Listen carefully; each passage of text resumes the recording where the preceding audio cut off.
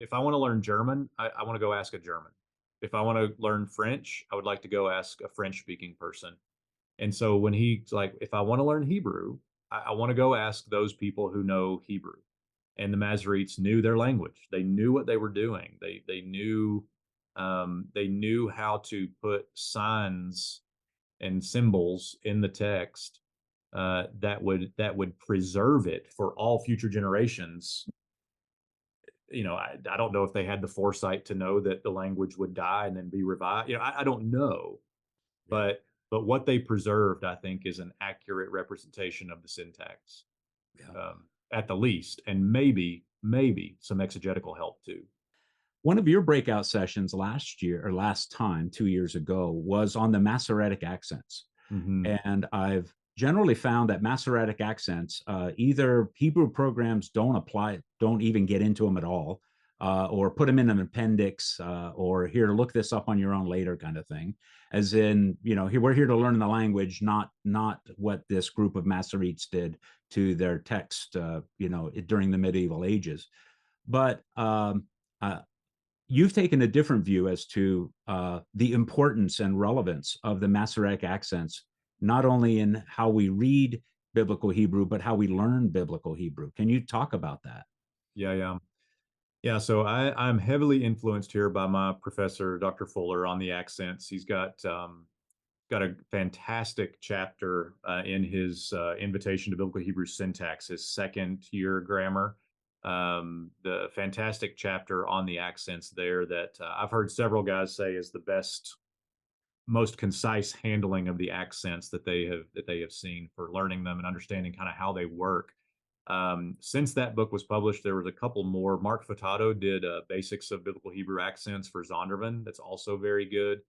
And then Park did one with Cambridge on the fundamentals of the Masoretic accent. So if you need resources, those are some good ones, or you can let us know. We'll get you those links. But for me personally, I find that in fact, I just did a daily dose video this morning on Deuteronomy 13:7a, where I did a second video and laid out the accents of how it helps us. The verse starts with a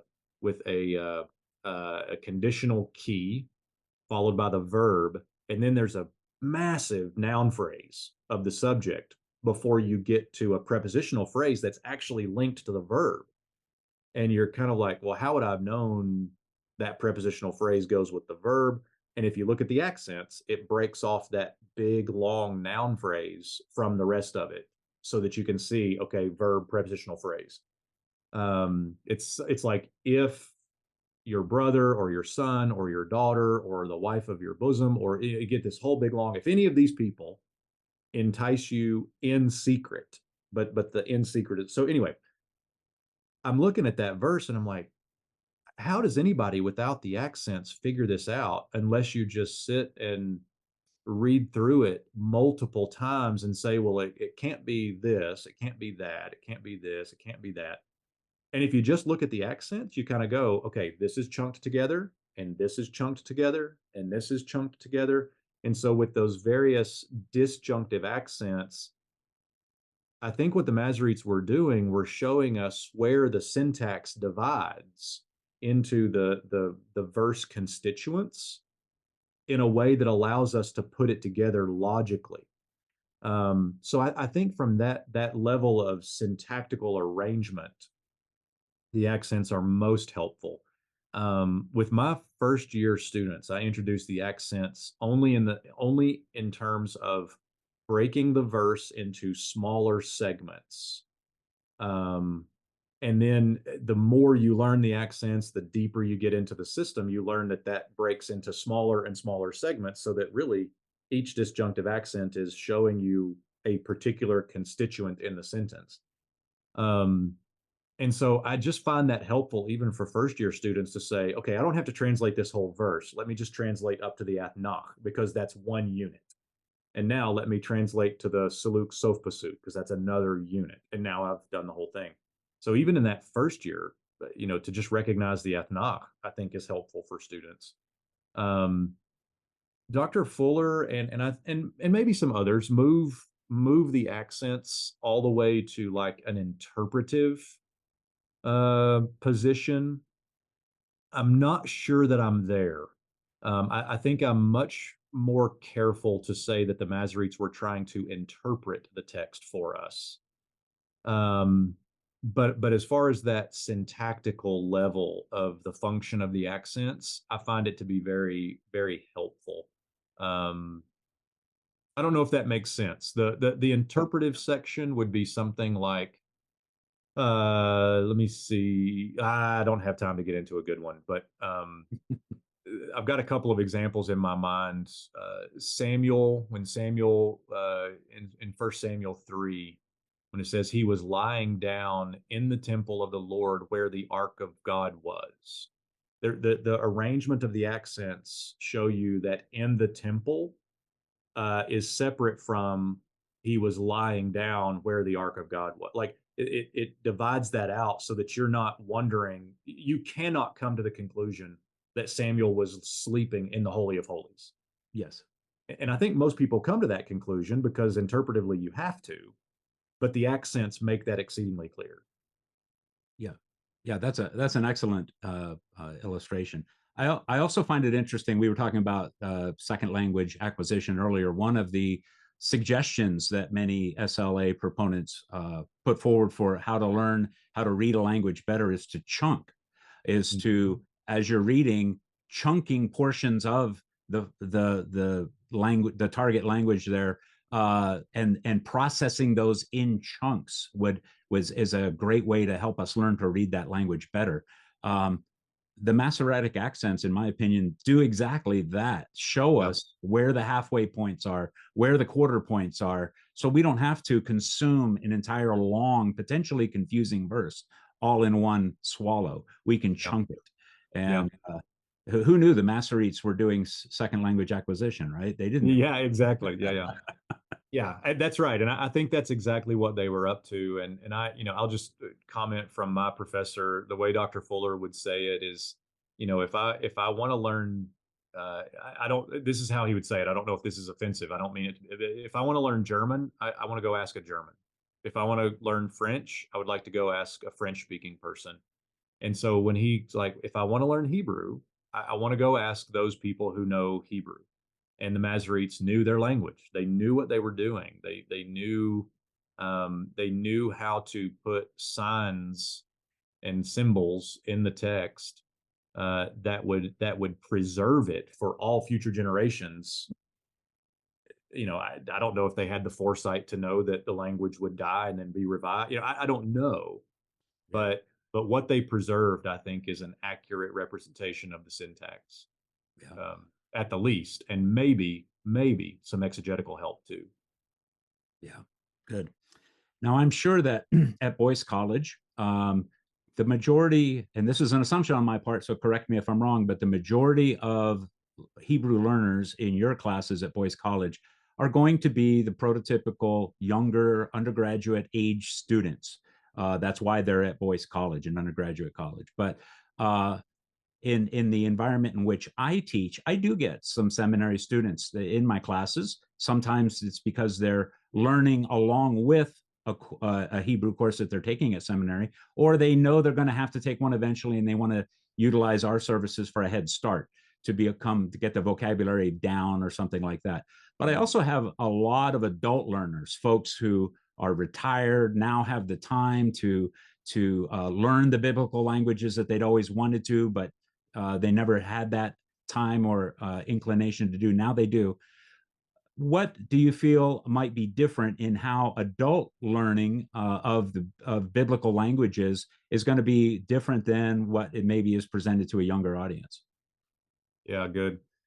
So a couple things that just come to my mind here. I think that even by the time you get to, I think by the time you get to college students, you've already lost a significant portion of what people refer to as like the youth, the ability of younger people to learn languages, right? I think that's very early. So by the time you get to college students, you've still lost some of that. However, they are still younger. So just brain malleability and capacity is a little bit easier for college students, whereas for adult learners, those neuro pathways have kind of solidified and calloused is not the right word, but they've hardened a little bit to where it's more difficult to get new information in. So that's one of the factors. I think too with adult learners, and we're actually finding this more and more at our seminary level in our online classes, is just the phase of life they're in. Like it's you've got to set aside a good chunk of time to learn a language and to learn it well. And with a job, with children, with other responsibilities, it's hard to set aside that time. um, and so I think that's another challenge that adult learners may have is just the they have the desire to carve out that time. That's why they're in the class, right? But then actually being able to carve out that time needed to learn it well can be a challenge. Whereas my students here at Boyce, I mean, they think that their lives are busy, but they've got nothing else going on. I mean, they're here to go to school, and Right. and so that's kind of I always tell them, I'm like, look, you have set aside these years, whether you know it or not. Okay, God has set aside these years for you to dive in and to jump in and to learn this language. So don't waste it, because I'm telling you, later in life, it's going to be harder to set that time aside. So those are maybe some things that I've observed. Neither of those make adult learning impossible. Like, it is absolutely possible. I think just takes a little more discipline and a little more intentionality. Yeah. And and would you agree then that, when that adult learner starts to feel that, wow, this isn't coming as easy as it did when I was back in college learning German or French. Now I'm learning a language and it's just not sticking like it used to. Or I just can't seem to, now I'm 1 week behind in my vocabulary. Oh, now I'm 2 weeks behind in my vocabulary. It can get frustrating, and cause perhaps an adult learner, they always have the option of giving up, right? Mhm. So it starts to sound tempting because it's harder. But what your advice then would be to them? Double down. Expect it to be harder, Yeah, right? that's right. Perhaps. Yeah, I think that's probably the name of the game, is if we have unrealistic expectations that then are not met, we get discouraged. But if okay, as an adult learner, there are going to be some particular challenges. The challenge comes, and you're like, okay, I knew that was coming. So there's nothing wrong with me. Hebrew is not being mean to me. This is just a challenge of the phase of life. So let me keep plodding along. And that's kind of what I would get at in the plenary talk at the conference on the law of the harvest. Is if you keep that end goal in mind, and I would argue that end goal is knowledge of God in Christ through Scripture. If we keep that end goal in mind, then no matter how challenging the process becomes leading to that goal, we'll be motivated to stay in it. Um, and so I would encourage adult learners to double down on that end goal. I want to know and love the God of the Bible, and I can do that through knowing and loving His Word. And if that stays your focus, then yeah, those challenges will be easier to overcome. Yeah. I think one aspect of that might be helpful for the adult learner as well is community. Mm. Certainly, a community of learning biblical languages is very helpful. I'm sure you've seen that in your classroom, right? That's a community. Yeah. And you talked earlier about some of the ways that being able to get together in front of a whiteboard with your classmates and work through some issues is so helpful and really causes some things to sink in. Um, would you say that the learner who just wants to go down to the bookstore, get a Hebrew grammar and a workbook, and sit in their desk at home and do it solo, are they harming themselves by denying them the opportunity for community? Mm. I would not say that they're harming themselves, but I would say that they're not helping themselves. Okay. It would be kind of like, oh man, I don't know. I'm trying to think of an illustration that fits. We got this pitching machine that my boys have for that we play ball with, and there's a screw that adjusts the up and down, and it's not greased. And I'm kind of thinking of like trying to screw that bolt in without grease on it would be like the individual who's studying without a community. It can be done, but it's just harder. And if you can get in that community to where you realize, okay, I'm not the only one that struggles with this concept. I'm not the only one that's ever struggled with this concept. Oh, I actually am making good progress because I can see other people, where they stand. Like all of that just makes the process easier. Um, yeah, I think that I don't want to say it's like greasing the bolt, but it kind of is, like it just makes things move smoother along, I think. Yeah. Those who want to take upon themselves the task of learning a biblical language want to succeed, right? They Yeah. want the harvest you're talking about, Yeah. right? But isolating themselves with a book and a workbook and expecting learning to be as efficient as having someone to learn with, whether that's a single individual, someone local, an online community, a classroom community. Um, Learning languages is so community driven, Yeah. I think. And to deny oneself the opportunity to do that, I think you're stepping on your own feet as you try to learn the language, right? Yeah. Yeah, and even something as simple as pronunciation. If you're with a group of people and they're reading the Hebrew text out loud and you're hearing it, you hear them pronounce something slightly different than you would. And then you can ask, "Hey, why'd you do that?" And all of that is honing the learning of the language, I think. And again, those oral skills that a language requires of even hearing a text read. So Yeah, good. Um, so we've mentioned, of course, the Greek for Life side of the Hebrew for Life, Greek for Life conference. As Hebrew learners ourselves and as Hebrew instructors now, we kind of know that people who are interested in biblical languages, they tend to choose Greek uh, 3/4 of the time more than they would choose Hebrew. What would you say is necessarily the reason behind that, considering that the corpus that we're talking about in Scripture is clearly the other way around? The Bible is mostly Hebrew with mhm. 27 chapters of Greek. So, why do you think there's so much more Greek students, even at the seminary level? I suppose at Southern, your New Testament scholars are probably outnumbering the Old Testament scholars 4-1, if not more. Yep.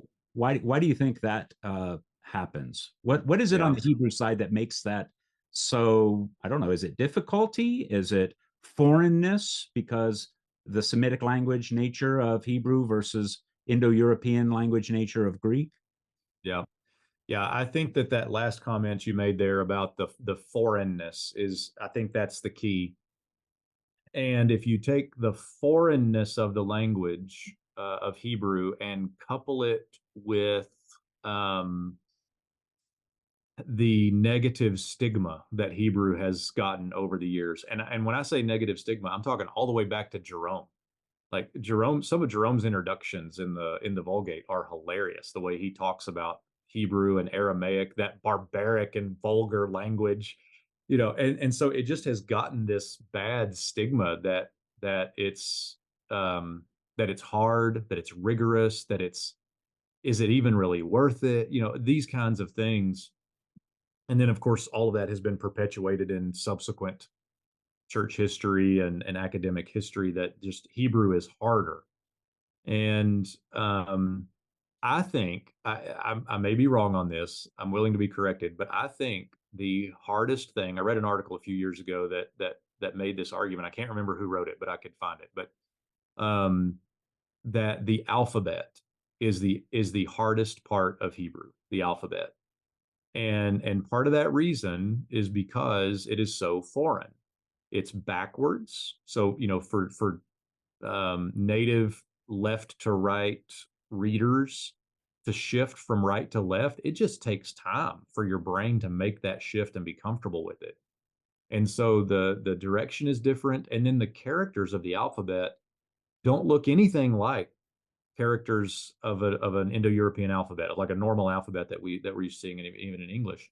And so like I'll tell students all the time, I'm like, look, you went to Greek and you were happy your first week because an alpha looks a little bit like an A and a beta looks a little bit like a B. And so like you're okay with that. However, and you probably learned nu and delta and all these other ones in your pre-calculus classes or something, so like just those are more familiar. But now you jump into Hebrew that something is entirely foreign to your brain, and you just we tend to balk at that and kind of push back against that rather than accepting the challenge. And so I think it's the foreignness coupled with those negative stigmas that it's just this is the hardest thing I've ever done. Because I think once students get past the alphabet and they get it down pat and it's just familiar and comfortable, the Hebrew language itself is actually quite simple. Um, but unless that alphabet's comfortable, the whole thing seems like, what am I even looking at? What am I, and that can be a challenge.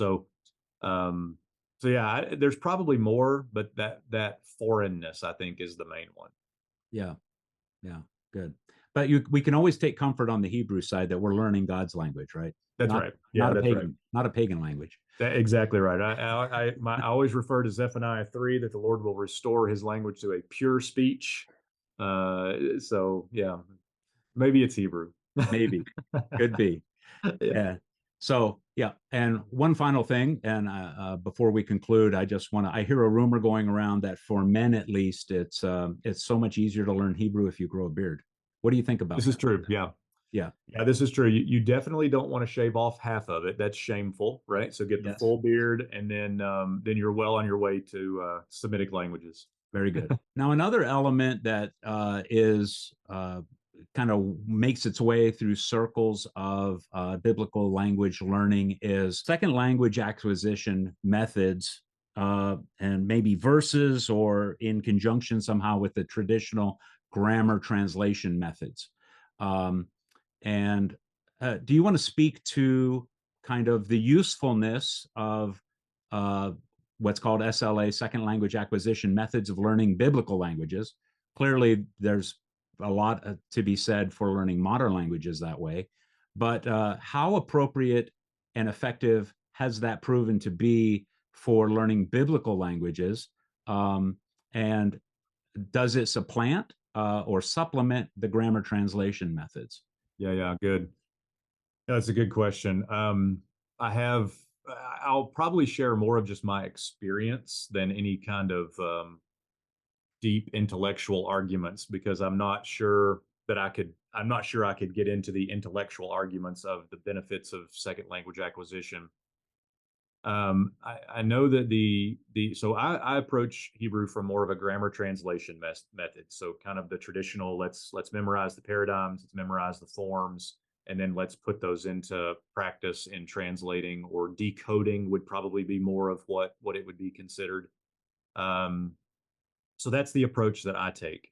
However, because of the recent push, I wouldn't say a push, but the recent interest in second language acquisition in the biblical languages, I have incorporated a lot more reading out loud.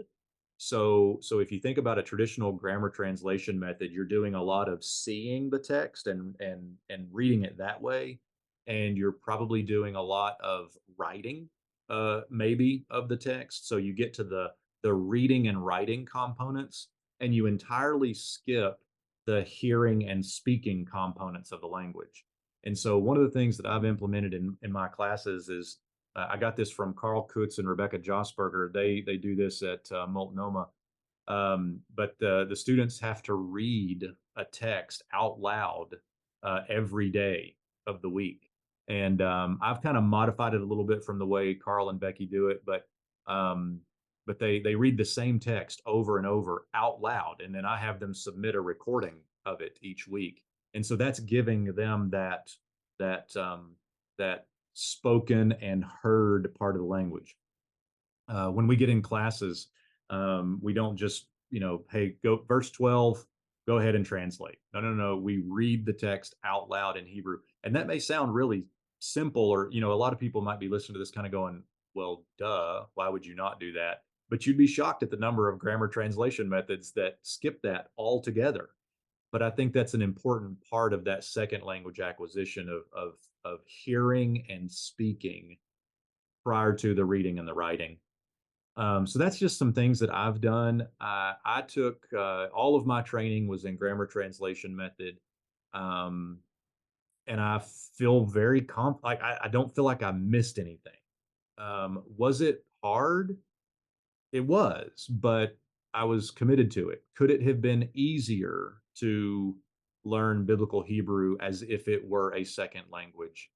Maybe, but I still you're still having to learn a language, and so that instead of me writing paradigms over and over again, I would have been carving out time to have conversations. You see, so like there's pros and cons to both.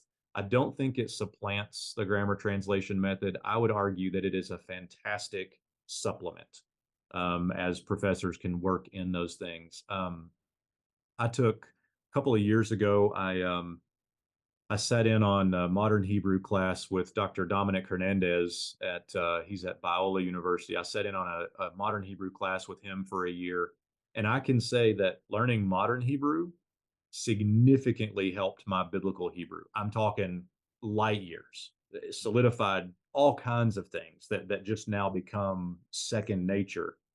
So there's tremendous benefits for that. Um, Especially even with learning biblical Hebrew up front, that there's a lot of cognitive things that happen in a second language acquisition model that will never happen in a grammar translation model. But I still would argue that it's a good supplement. Some of the, I mean, some of these you may mention these or have thought about them, but Biblingo does some phenomenal things. Aleph with Yeah. Beth, phenomenal things.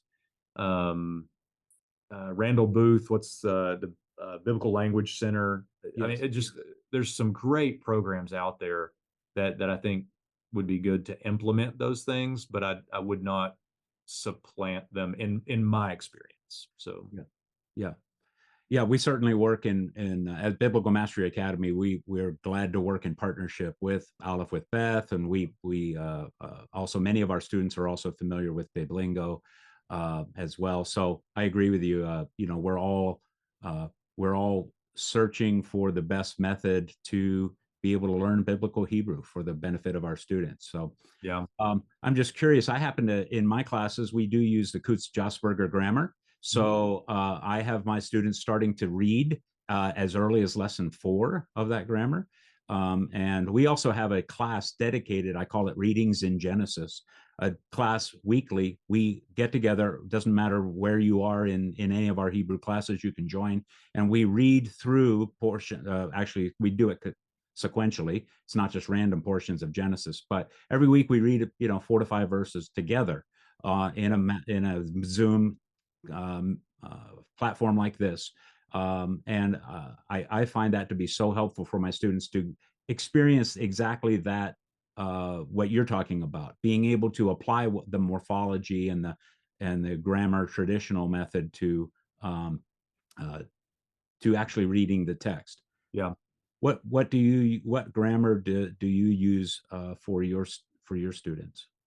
Yeah. So I